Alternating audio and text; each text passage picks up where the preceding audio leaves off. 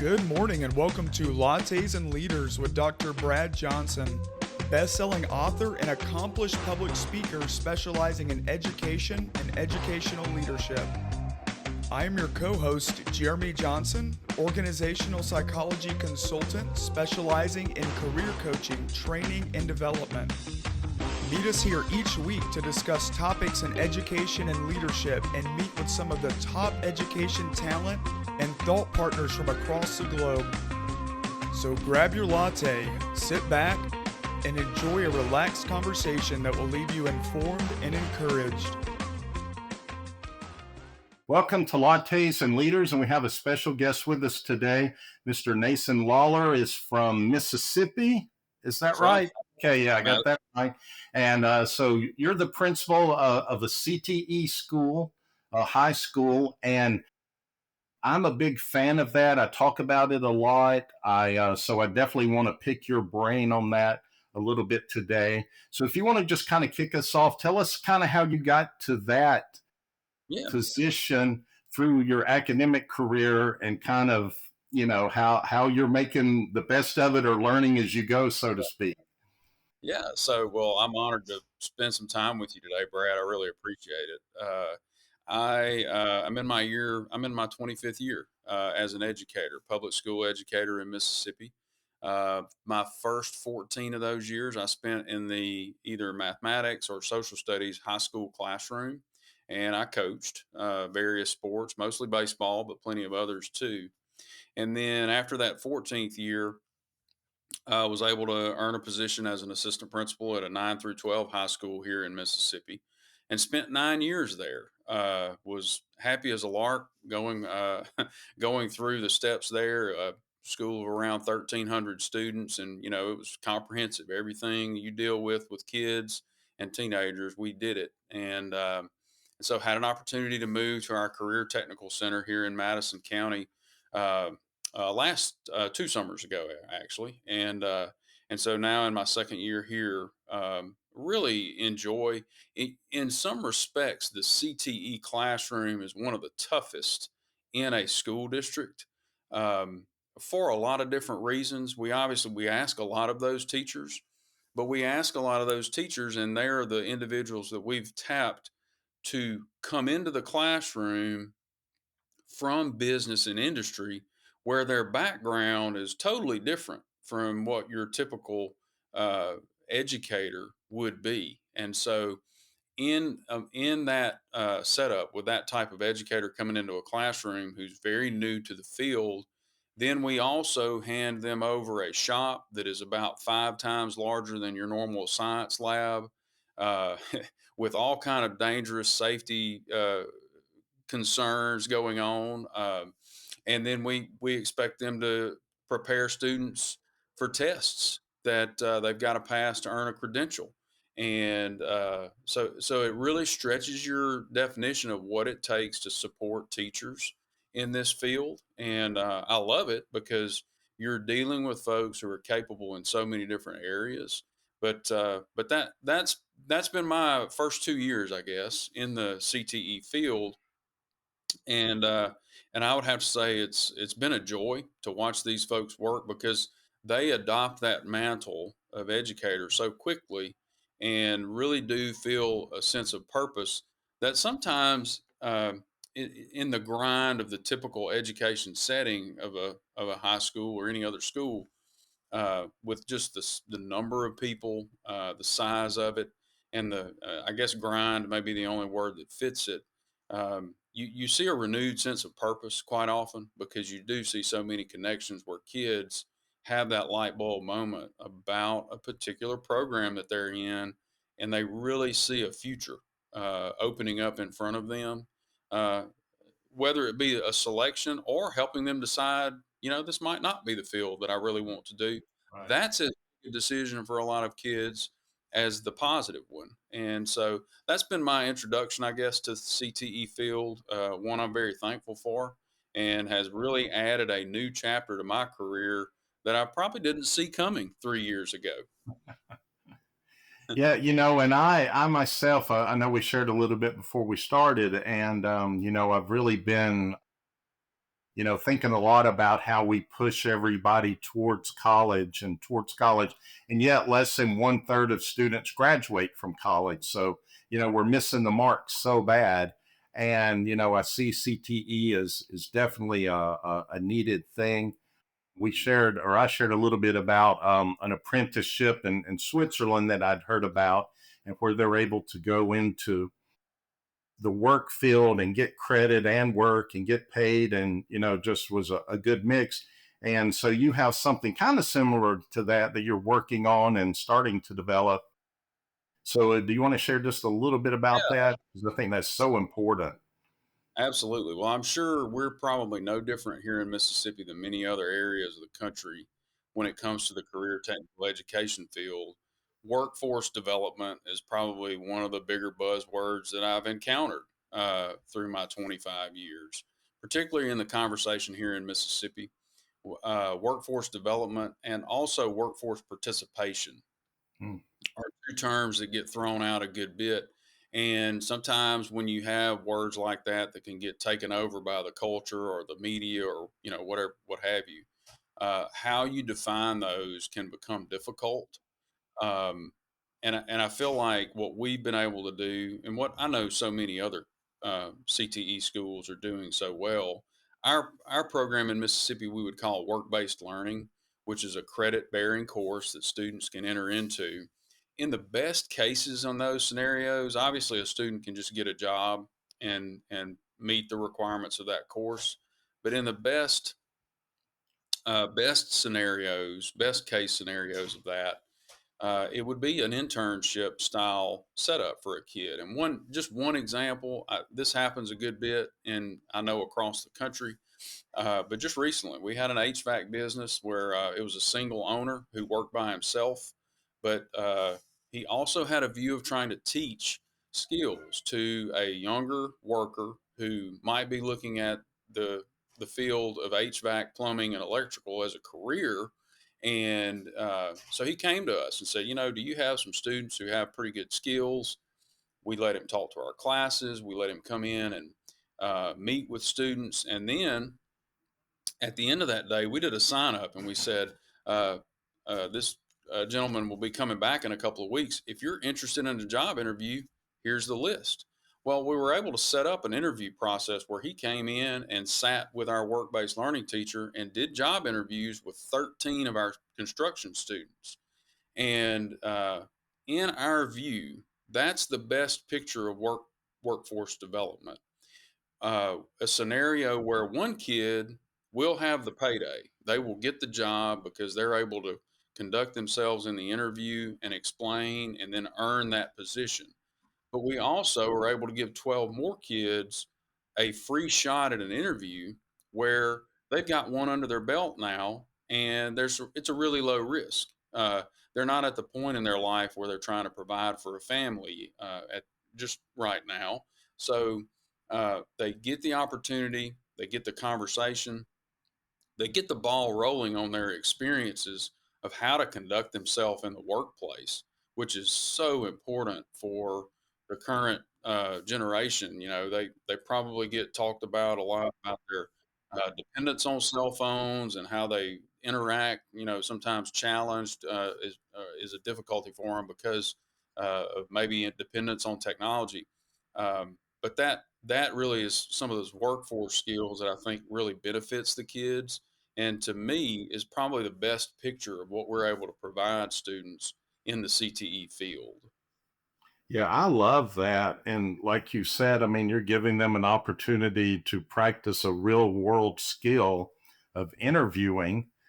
Mhm. And that's hard to really mimic. I mean, you can kind of do it, but when you have an actual business owner there that's looking to hire someone, like you said, it's kind of low stake from the sense that they hopefully don't need the job to survive right now, but it lets them see the importance of it, the preparation for it.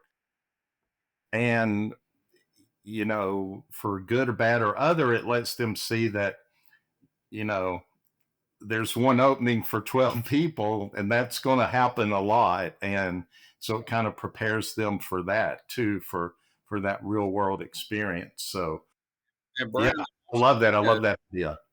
yeah, I would also add about that group of 13, there probably is very likely some in that group that are college bound students. And that's one of the things in the conversation on workforce development, career technical training. Um, Even if the kid is college bound, there's still going to be a career field for them somewhere. And so these job skills are are generally universally needed.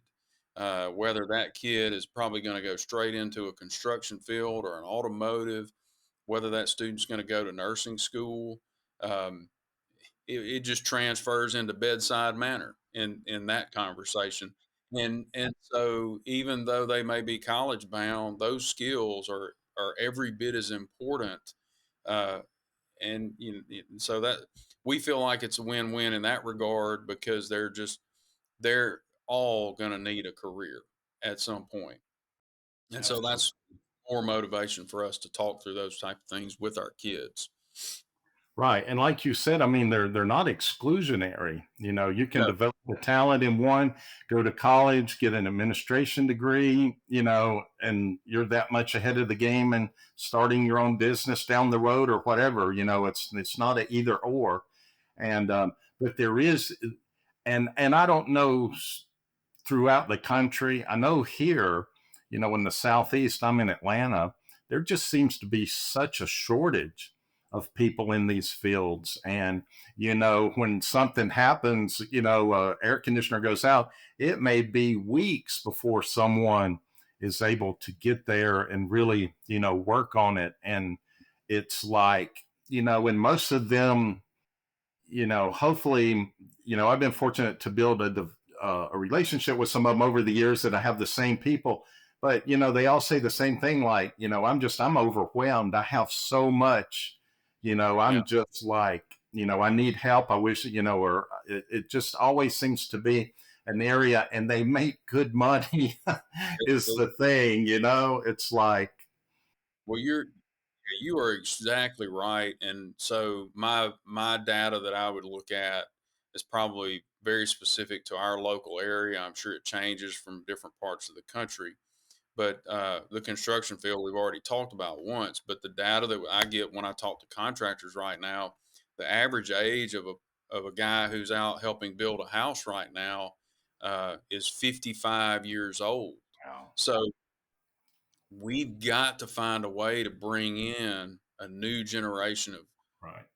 construction. But it's not just specific to the construction field. I have the same things that come from automotive shop owners. That trusted mechanic that you would be okay with them working on the brakes on your car.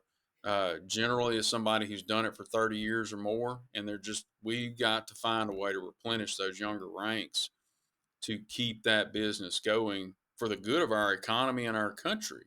And I feel like that's a big part of what we've got to do. That's so true, and I agree with you 100%. It's like everything's almost flipped upside down. Yeah, 40 years ago, we wanted, parents wanted their children to go to college and have a different because they thought they would make more money. And now it seems that those fields actually make more than a lot of degree jobs that's do, because of the one of need. yeah, one of the efforts we made here is obviously recruitment for students to take career technical courses is a big part of what we have to do. We've tried our best to make efforts to bring in the younger students into either our career technical building just to see the facility, become comfortable with it, or to take our students to career fairs at elementary schools.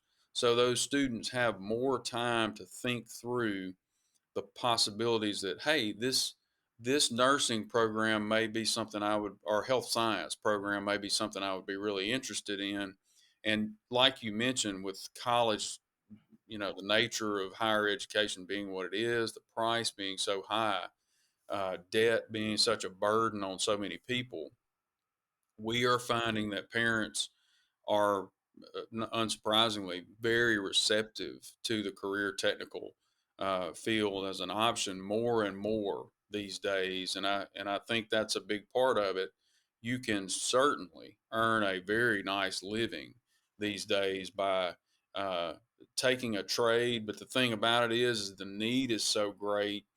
Going into the trade likely turns you into a business owner before you hit age 30. And so it's really as much of an entrepreneurial uh, move for a career as it is just a decision to not go to the traditional 4-year college. Right. Yeah. Absolutely. Absolutely. So when you think about kind of your shift from traditional to now, Mhm. what leadership traits do you feel like have helped you be most successful in that transition? Well, I do think that there are a lot. The classrooms obviously look very different. The certifications and the learning is definitely different. But the things that a school leader, the things that would make a school leader successful in that general ed, traditional high school setting, to me seem to be very similar because I don't have I mean my business experiences. I mean, I'm obviously the opposite of a businessman. My only business experiences is 2 years as a door to door vacuum cleaner salesman for a side gig. Um, and I wasn't very successful at it. But when it comes to being a principal, whether you're in the CTE field or general ed setting, building relationships with people and earning their trust tends to be a language that translates across all fields. And that's been a big part of what I feel like has helped me here. Uh, like I mentioned earlier, those dedicated industry and business professionals that are willing to come into our building and work with our students. Um, they operate with their boss the same way we all do in any field. If they feel like they can trust me to be looking out for their best interest and help them make their year the best it could possibly be, then generally goes well, whether you're a doctor or you're a maintenance worker or if you drive a truck for a living, and I would say that that's come through loud and clear to me as something that did not change is that constant focus on the relationship, also the relationship that's based on the right premise, building up our core, and why we're here in the first place. And as long as that mission is to serve, I feel like that's been a huge help to me as I've tried to kind of speed up my transition into the CTE field. That's awesome. That's great. I guess it is a different thing, like you said, because most of the people you have as teachers are coming more as experts from their field more than the Mhm. classroom. And so you Yeah, really do depend on them to be the expert. And I quite often ask them, "What do they think?" What do you think about this? yeah, and I can see that being, like you said, just building trust with them quickly because of that. And seeing them as the expert definitely would create that culture. Yeah. Another thing I think about, and I've shared with administrators before, is we always talk about building community and connecting with the community. And I think that's important for any school, but maybe even more for, Mhm. a career and technical school. But the biggest problem I think I see is that a lot of educational leaders have a hard time speaking that language with the business world. We have our own jargon and Yeah. educationese, as we call it, and sometimes I think it does us a disservice in connecting with them and partnering with them. How have you done that? Because I could see in your role that being even more important to be able to speak that business talk with them to make those connections and get their help and input and Oh, partner. absolutely. Your question goes directly to some of the hesitancy I had at the beginning of my time here. I would have to. I couldn't go into my answer here without tipping my cap to some of my directors and leaders within my district who do have a little bit more experience in the CTE field than I did when I began. And that would go all the way up to my state director in Mississippi at our Department of Education. They've done a good job of helping us uh, get our foot in the door when it comes to local business people. Um, and even though I obviously don't have a ton of business experience, being able to talk to business owners in terms of their expertise in their field is usually the best conversation starter that we've experienced. It is very rare to talk to somebody in any field in any local business around my school who would turn down an opportunity to come talk to students about what they know. And so we feel like it's really important for us. We would love to them for them to make a donation to our program that might turn into us buying new equipment or helping expand a program to include more students. Yeah, that would be wonderful. But if we can just get them in front of our students to talk about what they had to overcome to learn to become and become a own a concrete business or something like that, their expertise generally outweighs any monetary donation they may do give. And we've also been very blessed. We do have a lot of businesses who support our students through donations like that. I mean, that's huge. But when you base the conversation with them based on their expertise in their field, that has been one of the better conversation and relationship starters that I've found. And from there, it doesn't take long to realize on both sides, we obviously have a vested interest and a mutual interest in promoting the business community in our area because we are both in they with their need for more capable employees and our mission to create those capable employees.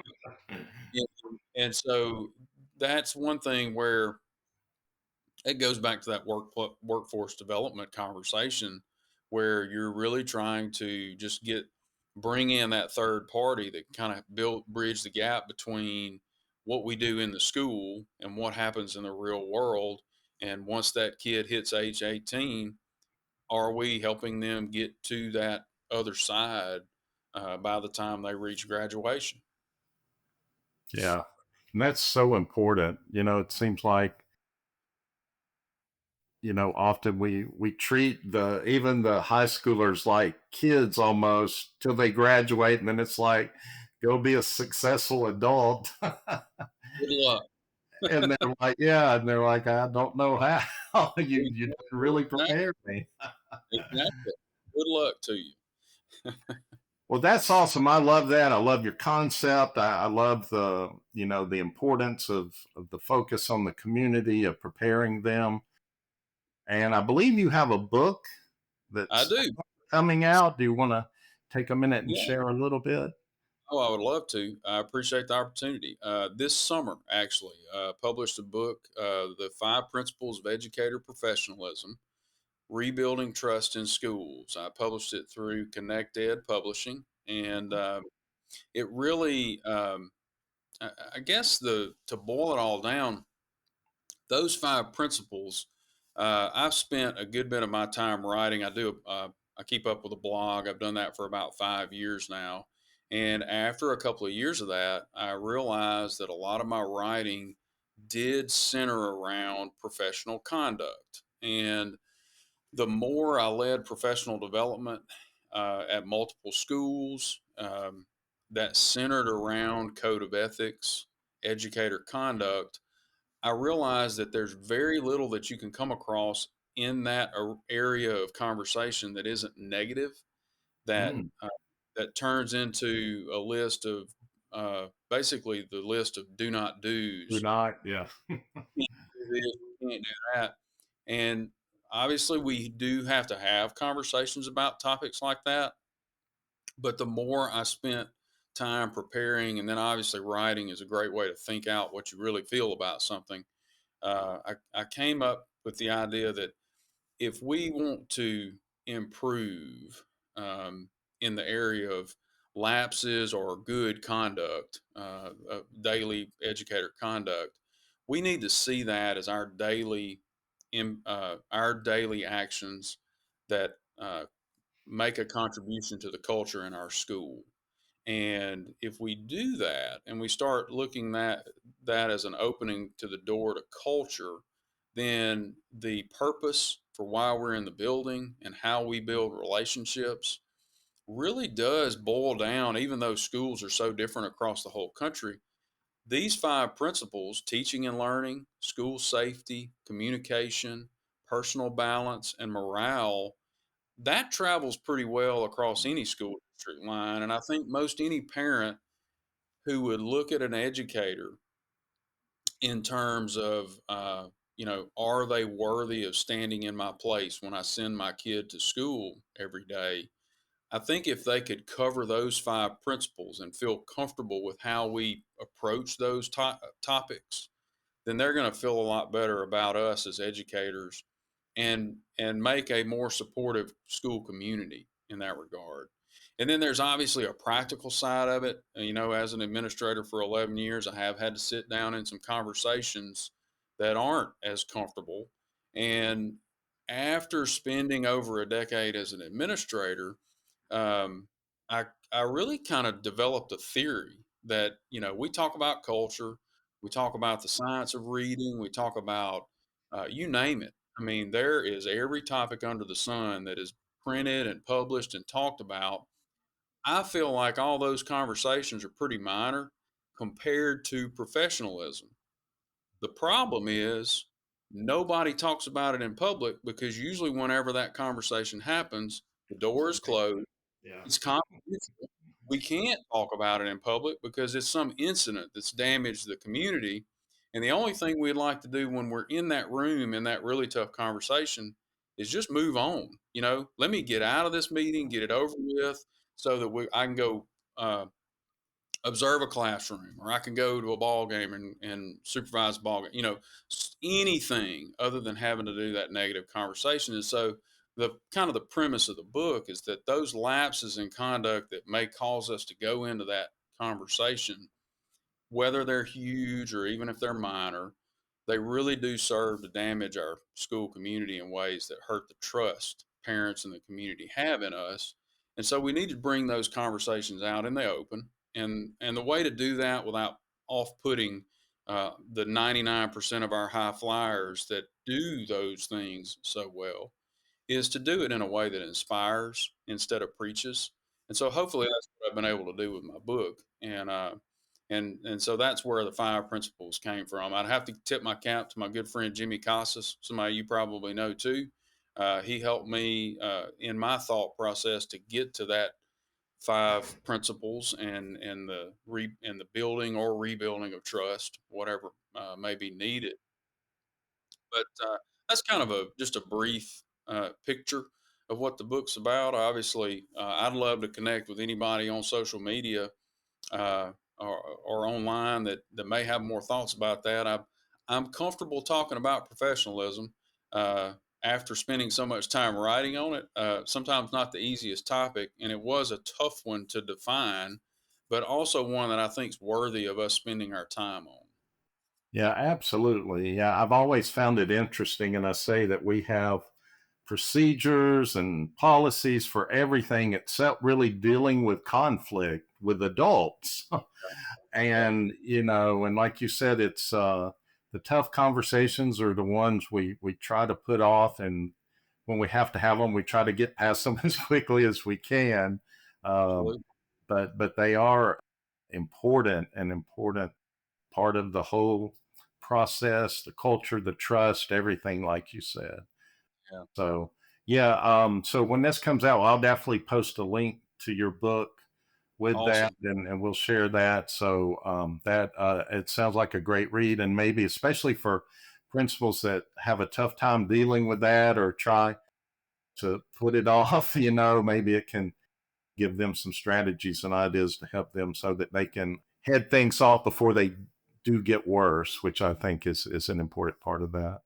Yeah, I felt like one of my dilemmas when I was writing that book, in each of the chapters for the five principles, there is a section that is entitled "Guiding Principles for Professional Conduct" in whichever one of those topics I'm talking about in that chapter.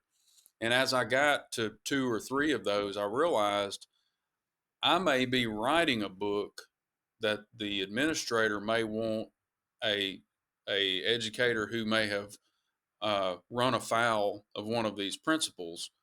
But I also may be writing a book for the type of person who doesn't normally go out to find professional development on their own. And so, taking that idea and trying to write it into a book that would benefit everybody on their ability level as educators, so that it engages all of us. So a high flyer could read this book as well and probably take away a lot of comfort that a lot of what they do is Is very right. Exactly. Yeah. like that's a big part. The encouragement side of it's really important, but also hopefully see some of those things that are.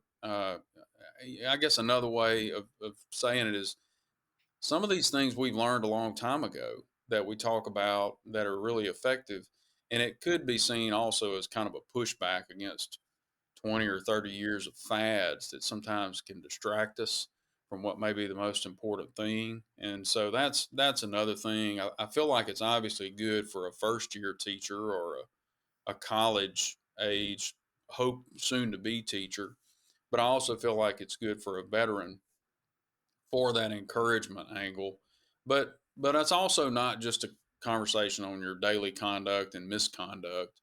A lot of talk in there about collaboration and reflection, achieving equity in how we build relationships with our students.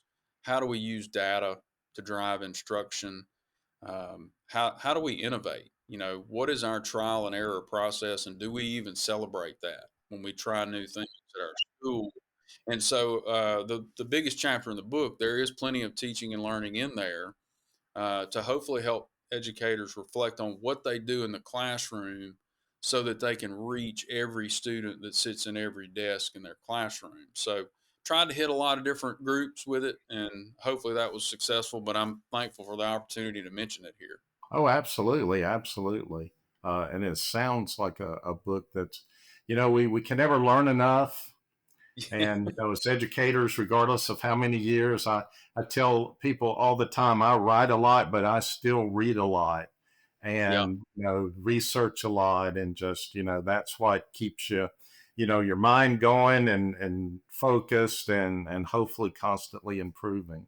So well, amen. I appreciate you being on today. I would like to ask you for like one final thought, whether Yeah. it's from your book, something that you've just learned over the years, or maybe that someone taught you or instilled with you, from years past that you would like to share for, new administrators or just administrators that may be struggling right now. Absolutely. I think I'm going to jump in and sort of piggyback off the comment that you just made as you were kind of summarizing some thoughts I had given on my book. Um, when you asked me that, my mind immediately went back to one of my first interviews when I was trying to earn my first administrative position.